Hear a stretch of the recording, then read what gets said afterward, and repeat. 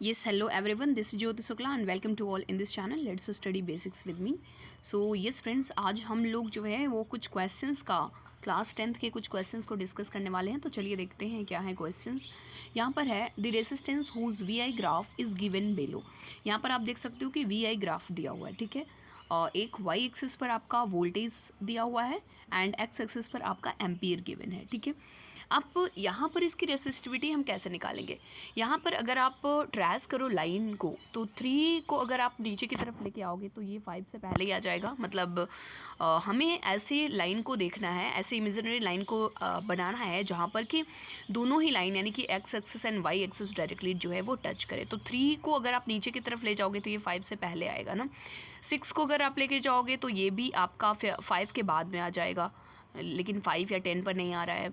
उसके बाद इसी तरीके से आप अगर 9 को ले जाओगे तो 9 वाला अगर पॉइंट को ले जाओ, ट्रेस करो तो ये 15 पर आएगा, ठीक है. मतलब हमें यही वाला वोल्टेज एंड करंट जो है वो लेना है.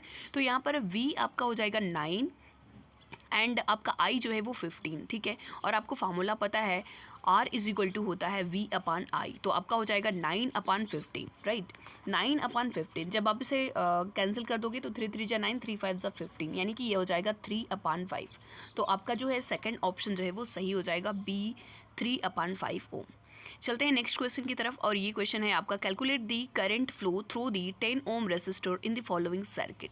तो यहाँ पर स्टूडेंट्स देखना, यहाँ पर 3 रेसिस्टेंस लगे हुए हैं और जो कि पैरेलल में लगे हुए हैं, राइट. एक है 20 ओम, एक है 10 ओम, एक है 5 ओम. और इसमें जो वोल्टेज लगा हुआ है, जो बैटरी लगी हुई है वो 6 वोल्ट की बैटरी है. अब इसमें पूछा जा रहा है कि 10 ओम का जो रेसिस्टेंस है, यानी जो बीच वाला आप देख रहे हो 10 ओम का जो रेसिस्टेंस है, इसमें करंट आपको निकालना है. तो रेसिस्टेंस आपका 10 ओम हो गया एंड वोल्टेज जो है वो क्योंकि सेम आएगा 6 वोल्ट हो जाएगा.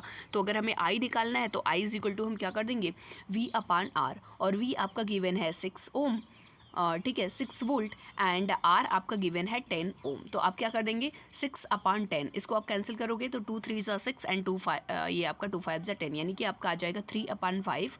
और 3/5 को अगर आप डिवाइड करते हो 3 को 5 से तो आपका जो आंसर निकल के आएगा वो आएगा 0.6, यानी कि B ऑप्शन जो है वो बिल्कुल सही हो जाएगा. नेक्स्ट क्वेश्चन की तरफ चलते हैं. और यहाँ पर गिवन है अ cell, a resistor, a key and a meter are arranged as shown in this circuit diagram of figure 1 2 3. यहाँ पर 3 फिगर दिए हुए हैं. अब आपसे पूछा क्या जा रहा है the current recorded in the ammeter will be.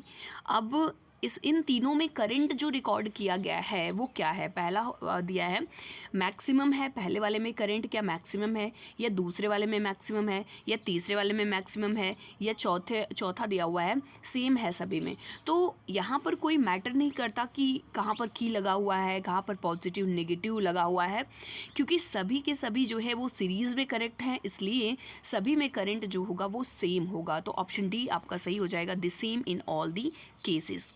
Next question की तरफ चलते हैं. यहाँ पर है an electric current passes through a straight wire magnetic compass placed at the point X and Y. तो यहाँ पर आप देख सकते हो कि करंट फ्लो हो रहा है और उसके बगल में मैग्नेटिक कंपास रखा हुआ है, ठीक है, एक्स एंड वाई आप देख सकते हो. तो क्या पूछा जा रहा है magnetic compass placed at the point X and Y. अब यहाँ पर बोल रहा है first option is there needle will not deflect. तो इसके जो निडल हैं, जो एक्स और वाई पर हम कंपास देख रहे हैं ना, इसके जो निडल्स हैं वो डिफ्लेक्ट नहीं होंगे. Second option is only one of the needle will deflect. Third option is the needle will deflect in the same direction and fourth option is the needle will deflect in opposite direction. तो इसका जो needle होगा वो deflect करेगा और किस direction में हो जाएगा, वो अपोजिट डायरेक्शन में. हमें मालूम है कि करंट जो होता है, अगर करंट फ्लो होता है तो मैग्नेटिक फील्ड भी ज़्यादा प्रोड्यूस होता है और उसके आसपास में जो भी चीज़ें रहेंगी या कंपास का निडल होगा वो क्या करेगा, वो डिफ्लेक्ट करेगा, ठीक है, वो डिफ्लेक्ट करेगा. तो यहाँ पर आपका डी ऑप्शन जो है वो सही हो जाता है, the needle will deflect in the opposite direction. Next question की तरफ चलते हैं. और यहाँ पर गिवन है a straight current carrying conductor is capped along the axis of circular loop carrying current, the force exerted by the straight conductor on the loop is. तो यहाँ पर क्या पूछा जा रहा है फोर्स पूछा जा रहा है कि फोर्स जो एग्जर्ट होगा वो लूप में क्या होगा। तो आप यहाँ पर देख सकते हो कि एक स्ट्रेट करंट कैरिंग कंडक्टर है, ठीक है। इसको रखा कैसे गया है, जिधर करंट जो है वो फ्लो कर रहा है वैसे, यानी कि पैरेलल में रखा गया है, ठीक है। तो पैरेलल में जब रखा जाता है तो हमें मालूम है कि वो या तो 180 डिग्री का एंगल बन रहा होता है या तो 0 डिग्री का एंगल बन रहा होता है। और ऐसे में क्या होता है, जो फोर्स होता है वो होता है 0। ये आपने पढ़ा हुआ है किसमें, फ्लेमिंग का जो आपने पढ़ा था लेफ्ट हैंड रूल उसमें। तो देख लो यहाँ पर 0 है, हाँ डी ऑप्शन जो है वो 0 है, तो आपका डी ऑप्शन जो है वो सही हो जाएगा। तो होप आपको ये 5 क्वेश्चन जो है वो क्लियर होंगे। स्टूडेंट्स इसी तरीके से आप बहुत सारे क्वेश्चंस की प्रैक्टिस करिए और आपके जो भी चीज़ें होंगी वो सारी की सारी चीज़ें वो क्लियर होंगी। और अगर आप ज़्यादा से ज़्यादा प्रैक्टिस करते हो तो आप एग्ज़ाम में भी बहुत अच्छा करोगे। ओके, मिलते हैं किसी नए सेशन में। Bye bye and take care.